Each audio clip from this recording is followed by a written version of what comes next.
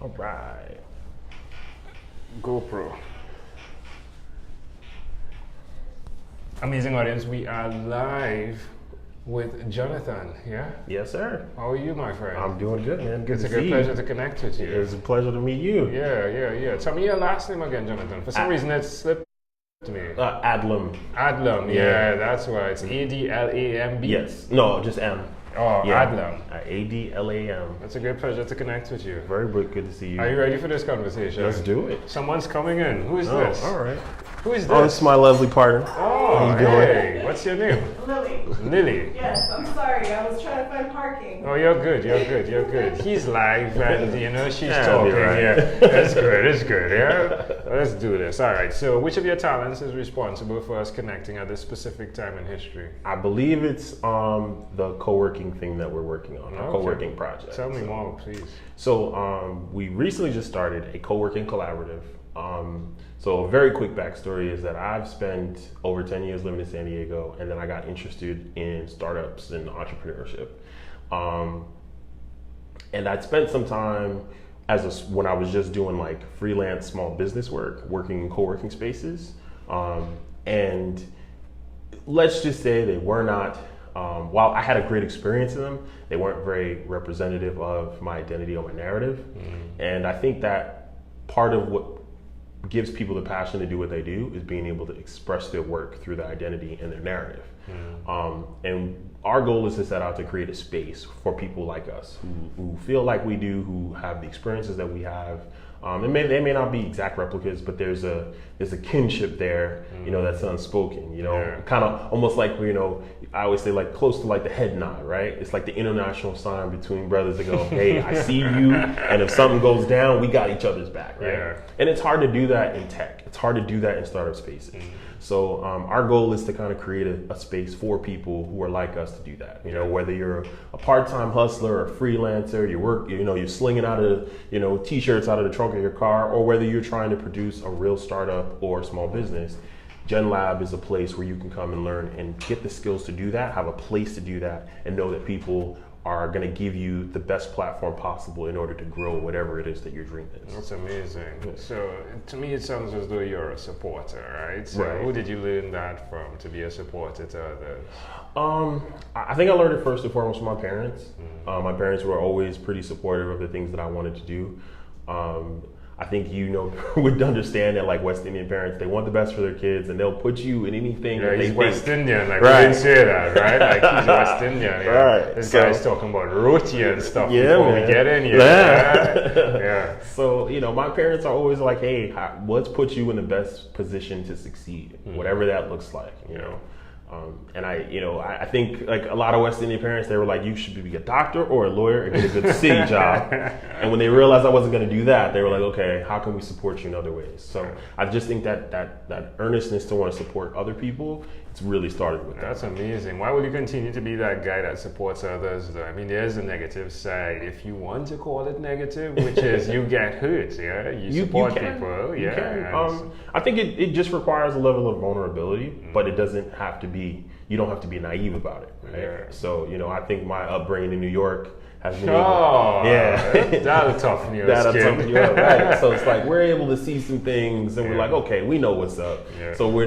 not going to be taken for a ride, and we're investing in people who are serious. We're very clear and intentional about who we want to help, and our goal is to help as many people as possible. But we also have to be realistic on how many people we can actually affect. Sure, I love that. So where's the best place for me to find out more about Gen Lab?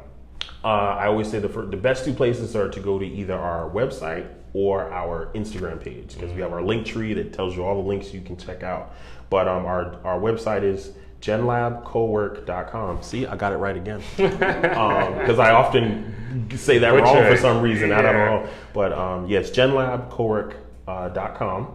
Or you can check us out on GenLab Cowork SD on Instagram. That's wonderful. So this is something you're creating specifically for San Diego at this time. Do you envision going out? I mean, into the Caribbean? Absolutely. Our goal is to, our long vision would be to put a few different spots that are really centered around cultures and communities of diversity and inclusion.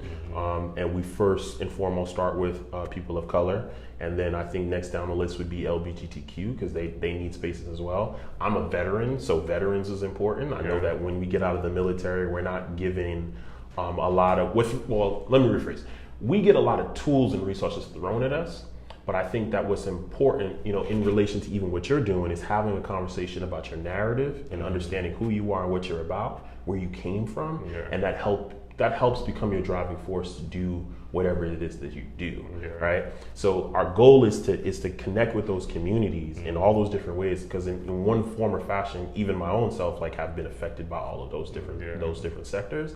And there's an intersectionality there, right? So sometimes we know that when we talk about communities of color, we forget that they're LGBTQs, right? When we talk about veterans, we forget that they're minority veterans, right? Because the narrative of a veteran is not the same all across the board, right?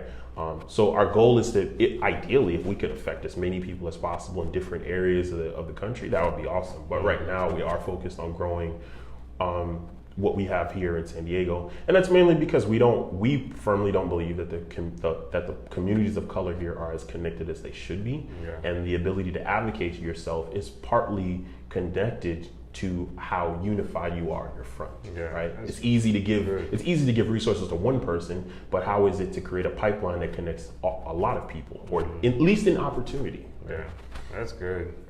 Well done. You've been through a ton, haven't you? A few. Experience that. I've had a few. But I think the other thing my parents always told me is like, hey, you got to be able to articulate your point. That was a huge thing at dinner. Don't speak if you can't lay out your point well. Don't start unless you can finish. That's right. What's one other thing you've done consistently over the last 3 years?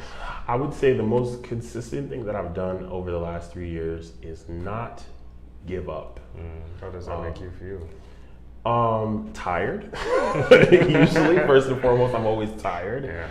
But I think consistency speaks to your brand, right? So people need to know that if you say you're about whatever it is that you're about, that they can count on you to be about that rain, sleet, or snow, right? You're not gonna run when things get hard. So I think it's important to just, in that consistency, is to not give up. And that's been my focus, because it's not always easy. And I've had a lot of personal struggles. I've had professional struggles. But if I folded up tent and just left town, that wouldn't help anybody. Yeah, so. I love that. Powerful. Why would you suggest to someone that's listening that they do what you've done by not folding up and continuing with your dreams? I was told as a very young person that small steps make long journeys. So what I would tell someone is, don't focus on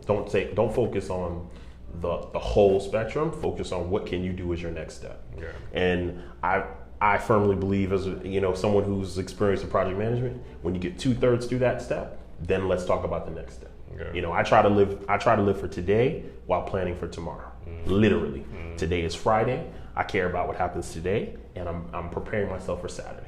Right, but to think about what's going to happen 10, 15 years from now, or even months from now, or days from now, can be biting off more than I can chew. So let me focus on doing my best today and being prepared for tomorrow. I love that. We are 2/3 into our journey, and we're planning for Europe. And because it's wonderful. Because it's like 2/3, and it's like what I do, I dive in, and then when I get 2/3 in, I'm like, okay, so this is what this could look like next. And this is how we can definitely get this in a place where it's even better. So I love the 2/3. I love how you did that, as well as the steps. That's been the theme of today, like take one step and be present in every day. So it's wonderful. Something caught my attention there from the screen. Sorry about that. All right, let's switch gears for a moment. Let me invite you now into my time machine that is surrounded with beautiful, warm blue Caribbean water. What is your earliest childhood memory? My earliest childhood memory is my grandmother taking me to the circus.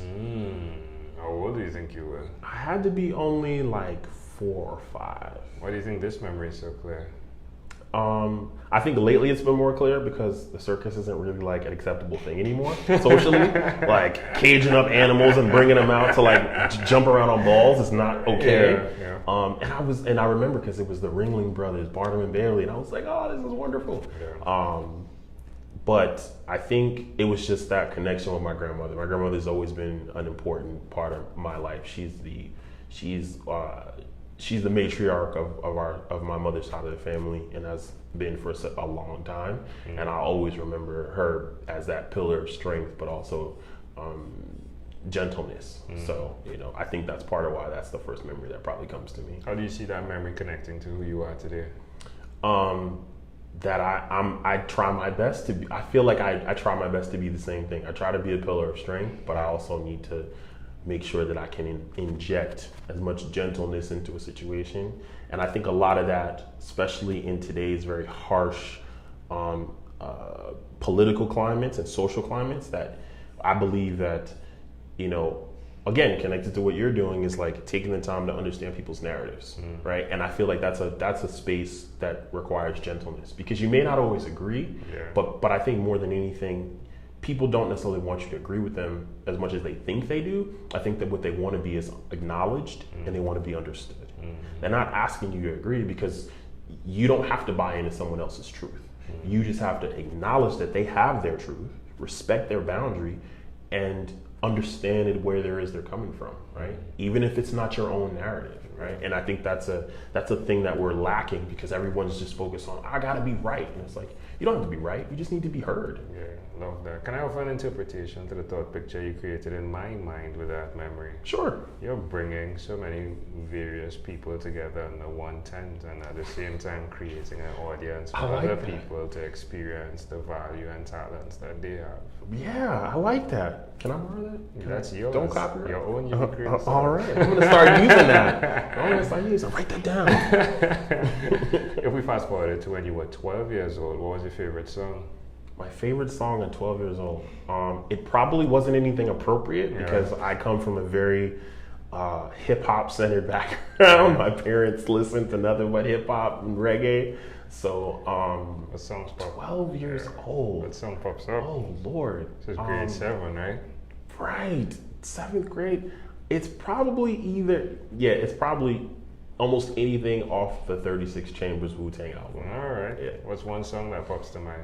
Oh man, Liquid Swords probably. Right, That's the first one. If you put me on the spot, I could just see Liquid Swords in the circus. I mean, yeah, for sure. Right?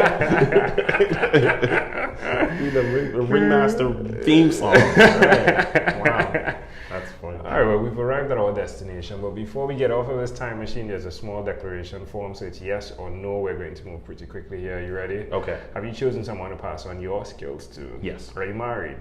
Not Do yet. you have children?